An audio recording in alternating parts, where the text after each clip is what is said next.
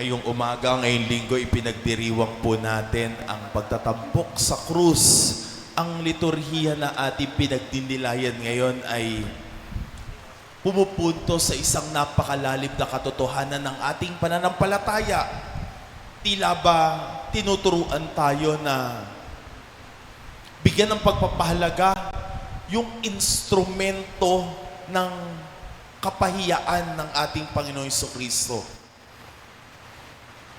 Yung isang bagay na tunay na sumisimbolo sa isang brutal na pagkatalo ng isang tao.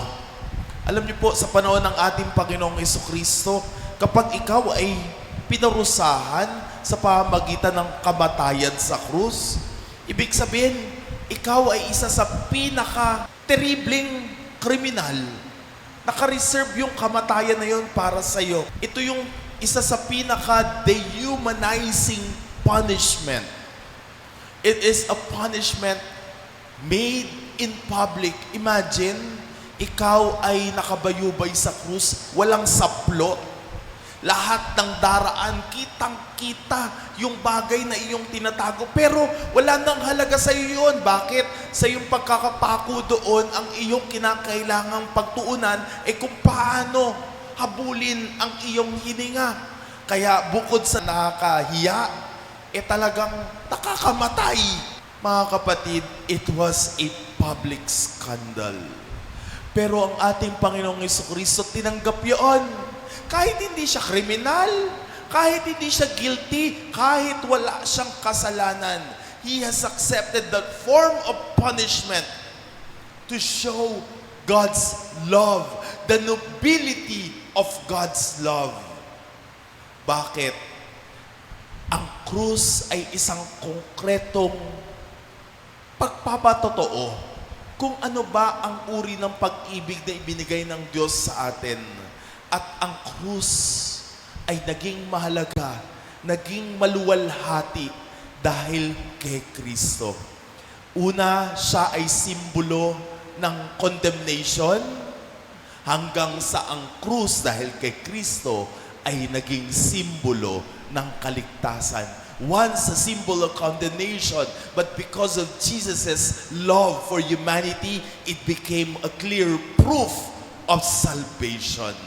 Mga kapatid, kaya nga sa ebanghelyo na ating napakinggan, sinabi, "For God so loved the world that He gave us His only Son."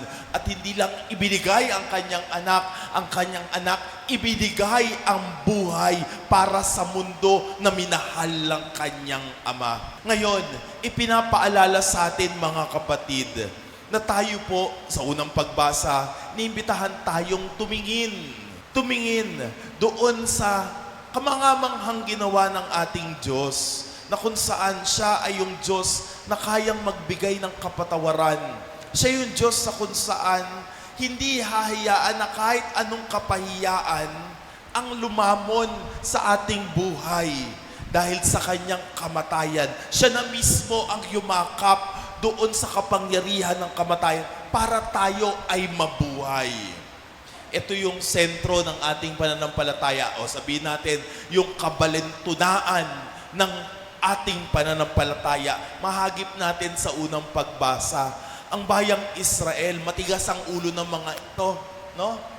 Talaga naman, napalaya na nga mula sa pagkalipin, binigyan na nga ng tubig, binigyan na nga ng tinapay, binigyan pa ng pugo, ng karne, saan? Sa disyerto. Alam niyo bang nagreklamo pa? Kaya nga si Moses, hindi niya maatim na itong bayang ito, ang bayang pinili ng Diyos, hanggang dumating ang punto na kung saan, sa kanilang katigasan ng ulo, nagpadala ang Diyos ng mga ahas na kung saan mayroong makamandag na mga ahas. Sa Bisaya, bitin, no? Yung pala ang ahas sa Bisaya, bitin, no? Ayan. Alam niyo po, namatayan sila, pero iniligtas pa rin sila ng ating Panginoon sa anong paraan? Kung yung ahas na tumutuklaw sa kanila ang nagdudulat ng kapahamakan, inutusan ng Diyos si Moises na maglagay ng tansong ahas sa tuktok ng isang poste. At kung sino man ang lilingon doon sa tanso na ahas na yaon, hindi tatablan ng kamandag ng ahas. Alam niyo po, ito isang paghahanda kung ano po ang magyayari kay Jesucristo. Siya ay ilalagay sa tuktok ng isang kahoy na kung saan, kung sino man ang mayroong pananampalataya, kung sino man ang tatanggap, kung sino man ang maniniwala ng may pananampalataya, yung taong iyon hindi madadapuan ng kamatayan. Sa pangalawang pagbasa, maganda rin ipinapakita kung paano yung kababaang loob at pagsasakripisyo ang tunay na halaga ng ginawa ng ating Panginoong Jesucristo. At ipinakita niya ang lakas, ang kapangyarihan niya. Hindi sa pamamagitan ng domination, hindi sa pamamagitan ng isang tagumpay na makalupa. Ipinakita niya ang kanyang lakas, ang kanyang pagiging Diyos sa pamamagitan ng pagbibigay ng pag-ibig, pagbibigay ng sakripisyo, pagbibigay ng tulong. What the world jubilates, God glorifies. What the world shuns, God exalts. Mga kapatid, alam niyo po, merong isang storya, narinig ko to kay Father Dave Concepcion, isang storya ng isang lalaki na inutusan ng kanyang guro, o dalhin mo itong malaking tabla na ito sa iyong paglalakbay. Sa paglalakbay ng lalaki, dala niya yung malaking tabla na yaon, hindi niya mahawari. Bakit ba kinakailangan kong bitbitin ito? Kaya nakaisip ng matalinong paraan itong lalaki na may bitbit tabla. Sabi niya, babawasan ko. Hindi niya naman siguro mahalata na binawasan ng konti, no? Para gumaang, at least yung aking papasanin na tabla patungo sa direksyon na aking pupuntahan. Alam niyo po, sa kanyang paglalakbay, pabigat ng pabigat yung tabla. Kaya nang ginawa niya, nakakaisip siya na tanggalan, lagariin, putulan ng kaunti, hanggang doon sa dulo ng kanyang paglalakbay, tuwan pa siya sa kanyang sarili. Bakit? Napagaang niya yung kanyang bit-bit na tabla, no? Mula sa ganyang kalapad, napadipis niya. Mula sa ganyang haba, napaikli niya, sabi niya. Wais ito wais, oo. Pero sa kanyang harapan, tumambad ang isang napakalawak na talampas. At biglang dumating sa kanya ang guide. Sabi niya, nasaan yung iyong tabla?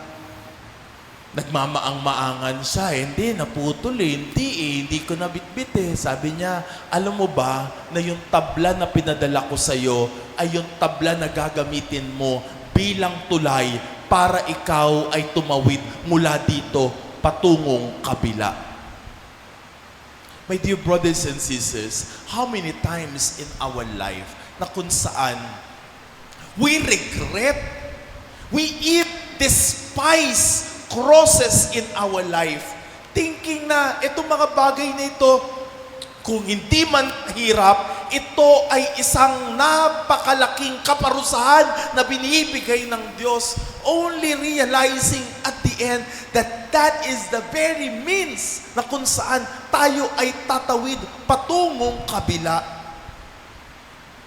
Si Santa Rosa de Lima, ito, 14 taon na akong pare, 12 taon ako sa seminaryo. Nitong nakaraan ko lang, talagang napakinggan ang iniwanan niyang salita tungkol sa paghihirap. Ang sabi ni Santa Rosa, in English let all men know that grace comes after tribulation.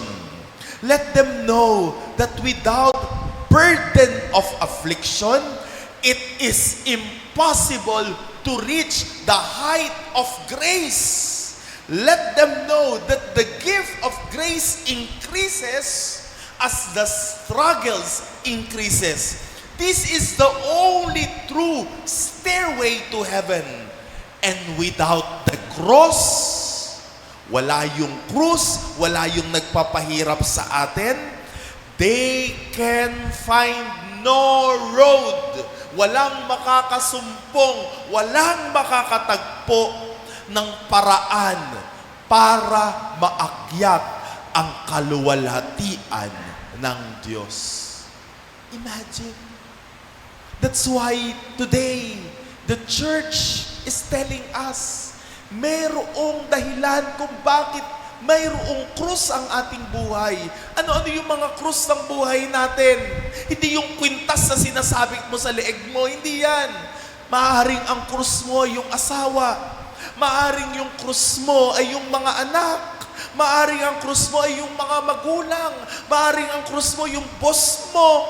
Yung krus mo ay yung kapitbahay mo. Kung ano man ang krus mo, may dahilan kung bakit nandyan yan sa buhay mo. Sila mismo ang magdadala sa iyo patungo sa kaluwalhatian ng langit. Amen?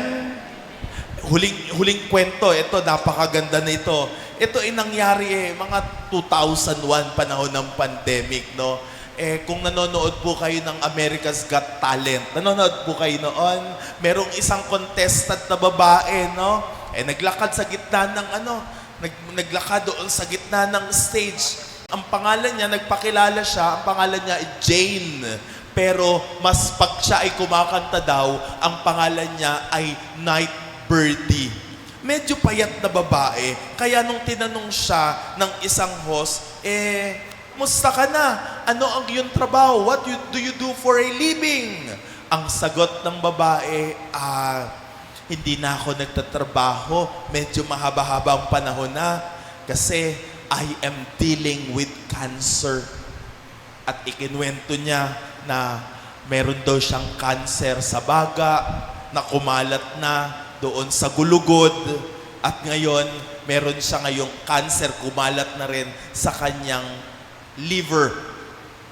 Kaya sabi ng host, so hindi ka okay? Hindi ka okay? Bakit nandito ka? Yung babaeng ngumiti lang doon sa host, sinabi niya, oo, not in every way, but no. It is important, mahalaga, that everyone knows I am so much more than the bad things happen to me.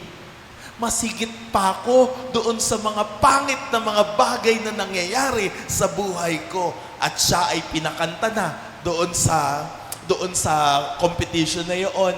Alam niyo po, habang kumakanta siya, hindi napigilan ng mga nanonood sa kanya na mapaluha dahil sa ganda ng kanyang tinig. Kahit yung mga judges, to the point na sa ganda ng kanyang tinig at sa kanyang pinagdaraanan, si Simon, hindi napigilan na i-press ang golden buzzer. Alam natin, pag golden buzzer, no, diretso ka na sa finals. Wala ka ng pagdadaan ng mga audition pa. At ang lahat ng tao nagpalakpakan.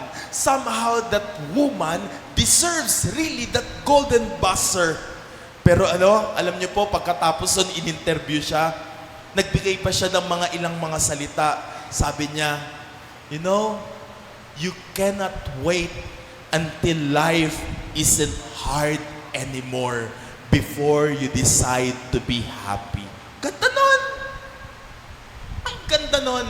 Sa Tagalog nun, ibig sabihin, huwag mong hintayin na ang buhay ay hayahay bago mo yakapin ang pagiging masaya. Pwede ka nang maging masaya ngayon kahit medyo mahirap ang buhay.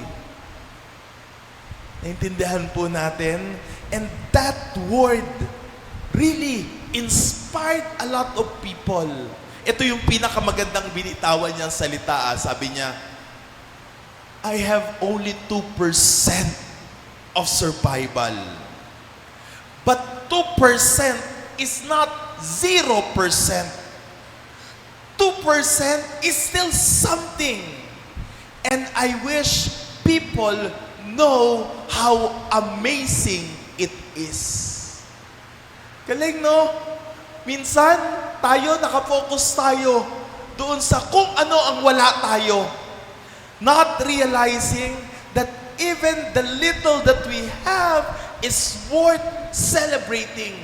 Yung babae nga ngayon, daming sakit, may 2% na lang para mabuhay. Pero sabi niya, yung 2% na yun, mahalaga na yun. My dear brothers and sisters, ang ating mga paghihirap, ibinigay yan na mayroong saysay. At magkakaroon lamang yan ng saysay kung kasama natin si Kristo sa ating paglalakbay. Bakit? Ang krus na walang Kristo ay isang pagpapahirap. A cross without Christ is brutality. Lagi nating isasama si Kristo. Pero hindi tayo pwedeng tagasunod ni Kristo nang walang mga pagsubok at paghihirap. Bakit? A Christ without a cross is not truly a Christ. Hindi siya totoong Kristo. Nakaakibat kay Kristo ang krus dahil yun na ang tanda at simbolo kung gaano kamahal ng Diyos ang tao. Amen?